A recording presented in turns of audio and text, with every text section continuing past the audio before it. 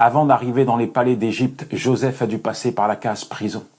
Seul, abandonné de tous, il est resté fidèlement attaché à Dieu. Le rêve qui était sur son cœur l'avait scellé à tout jamais à son berger. Et chaque jour, il devait avoir les yeux fixés sur lui. En réalité, sa communion avec Dieu le maintenait debout, le maintenait en vie. Et il est resté fidèle à Dieu, convaincu que l'homme n'était pas l'appui de sa destinée, mais Dieu et Dieu seul. C'est donc sur les genoux qu'il a appris ses leçons divines.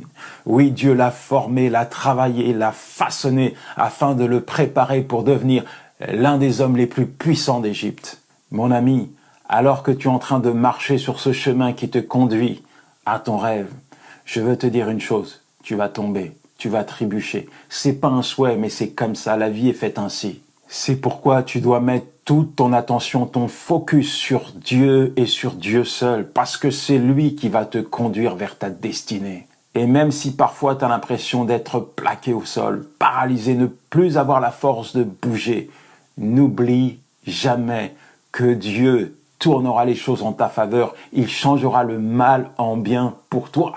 Ah là là, si j'avais regardé à tous les obstacles qui se sont dressés sur ma route, à toutes les portes qui se sont fermées, à toutes les critiques, à toutes les flèches qu'on m'a envoyées, je pense que je ne serais pas là aujourd'hui. Trop dur, non, je n'y arriverai jamais.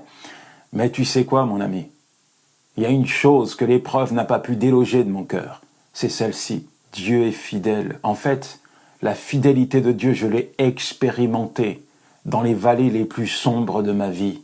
Et c'est là, dans ces endroits sombres, dans ces moments d'isolement, que j'ai décidé de placer ma foi en lui, de lui faire confiance.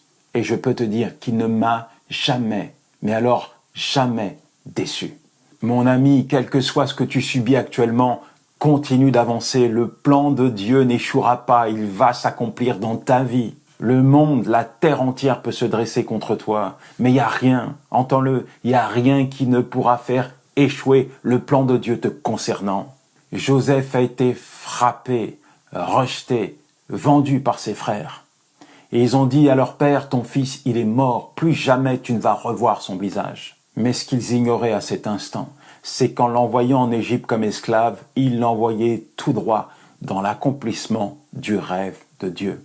Alors mon ami, même si tu as l'impression d'être seul à la poursuite de ton rêve et de passer au pressoir de l'épreuve, sache que Dieu est avec toi.